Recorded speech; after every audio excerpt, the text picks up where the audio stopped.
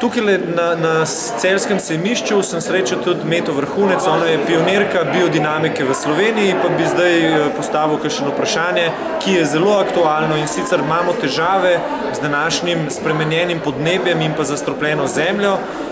In Meta, vem, da ima že rešitve, kako, na kakšen način sonaravno pridelovati zelenjavo, zdravo zelenjavo in sadje in pri tem tudi pomagati naravi.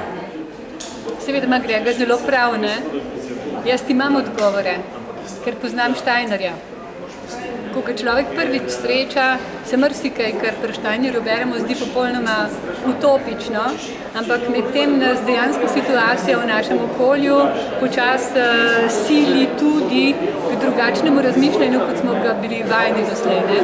In pri Steinerju, na primer, beremo v njegovem kmetijskem tečaju, ki je temelj biodinamike, da v bodoče pravzaprav drugačno kmetovanje kot biološko dinamično kmetovanje sploh mogoče ne bo. In če pogledamo danes, v kakšnih razmerah naj bi mi pridelovali hrano pri nemogočih neurjih, obilju dežja, včasih tudi groznih sušnih obdobjih. Pri tem pa rastline zagotovo iz neba dobijo več aluminija in barvja kot človek, ki se lahko umakne v hišo, se lahko sprašujemo, kako rastline kot živa bitja to lahko zmorejo. Če sploh, potem se mi zdi, da na biološko dinamičen način, vendar moramo tukaj začeti razmišljati na drugačen način, kot smo bili vajeni doslej. Torej, rastlina je živo bitje in je, če je krepkega zdravja, v stanju prenesti marsikaj, veliko več tolerirati, kot če je pri slabem zdravju. Če smo mi pri konvencionalni pridelavi do danes vedno razmišljali, če je rastlina zbolela, s čim bom jaz povzročitelja te bolezni, virus, bakterijo, glivo odpravil, potem moramo zdaj razmišljati na drug način. Ker če mi odpravimo povzročitelja neke bolezni, v bistvu samo zdravje s tem nismo ukrepili. V bistvu je zaradi uporabe sredstva pogosto zdravje še slabše. V tem primeru, torej, ki ga srečujemo zdaj, pa se moramo stvari lotevati drugače, namreč, da namesto patogeneze zdravljenja po pojavu neke bolezni pristopimo k pridelovanju iz stališča salutogeneze. Pomeni, mi moramo vnaprej računati s težavami, ki jih rastlina utegne imeti in rastlino krepiti v njenem zdravju. In druge metode kot biodinamike, ki to zmore, ni. Ja, ne vem, naj rečem na žalost ali na veselje, ne? Pravzaprav. Torej, biodinamika uporablja za krepitev vitalnosti biološko-dinamične preparate, kompostne preparate in preparate za škropljenje. Razen tega krepimo zdravje rastlin s čaji. In hvala Bogu, v Sloveniji imamo 16 društev, ki torej se ukvarjajo, ki negujejo, ki širijo v svojem okolju biodinamiko. Znanje je v Sloveniji veliko in če posežemo po tem znanju in začnemo tako delati, sem prepričana, da bomo rastlinam zelo, zelo lahko pomagali. Je pa seveda še druga stvar, o kateri moramo zagotovo razmišljati, namreč način, kako smo z rastlinami delali do zdaj, je seveda rastline spravo v slabo zdravje. Rastline zbolevajo veliko, rastline niso v stanju oblikovati kaljivega semena. Govorimo o degeneraciji.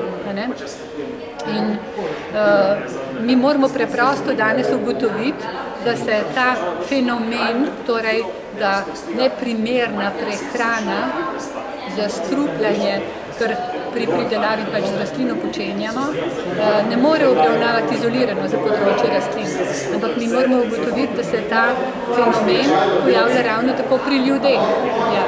Zaradi zastrupljanja, neprimerne hrane in tako dalje, imamo mi tudi vedno več in več bolezni. Bolezni, ki jih pred časom mojega otroštva sploh ni bilo.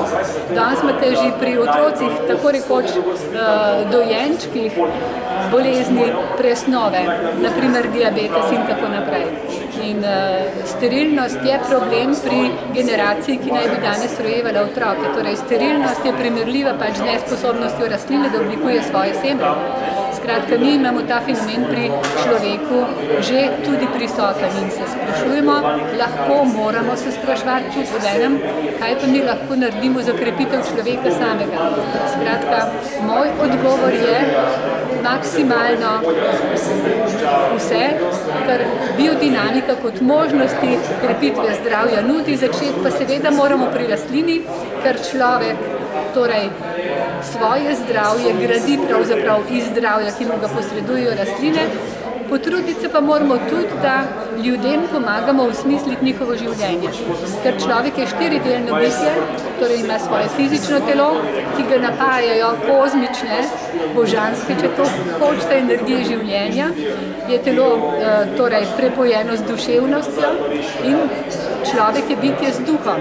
In problem, da ljudje v tem svetu ne najdejo več smisla svojega življenja, da živimo v socialnih razmerah, ki pravzaprav nas ne osrečujejo, je velik problem.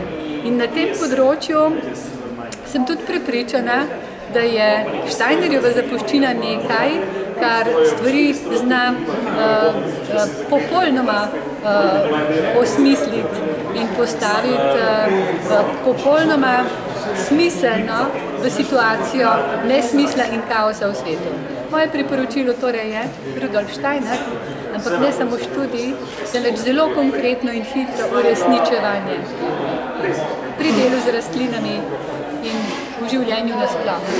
Naučiti se znati ceniti zemljo, ceniti rastlino, ceniti žival, ceniti sočloveka v vsej njihovi vsakokratni razsežnosti in vlogi, ki jo igra v odnosu na mene samega in na izgradnjo človeka, ki naj bi jaz postal. Opolnomočenje človeka v nekem smislu. V nekem smislu lahko rečemo opolnomočenje človeka, čeprav torej, mislim, da se opolnomočenje mora v človeku samem dogoditi.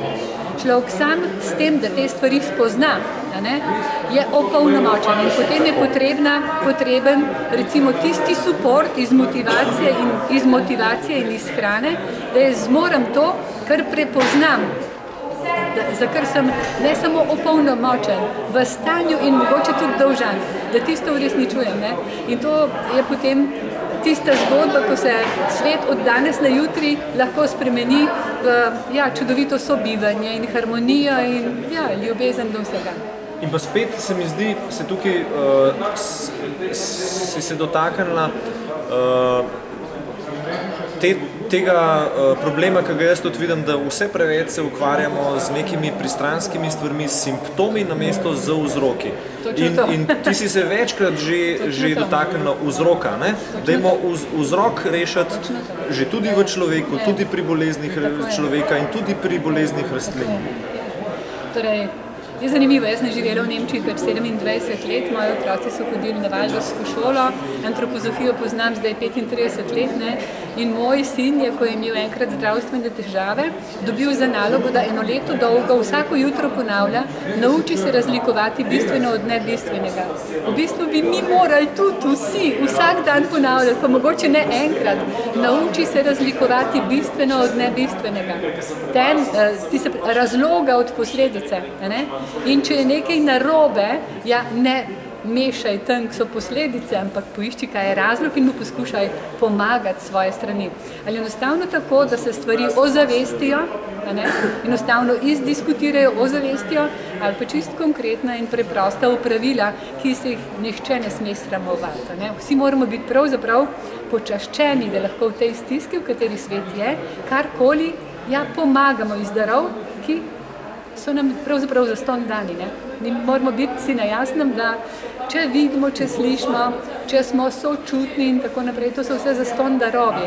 In ta kredit nam je v upanju, da ga bomo tudi odplačali nekako dan. Vse to nam je podarjeno v upanju, da bomo mi nekaj tudi vračali svetu.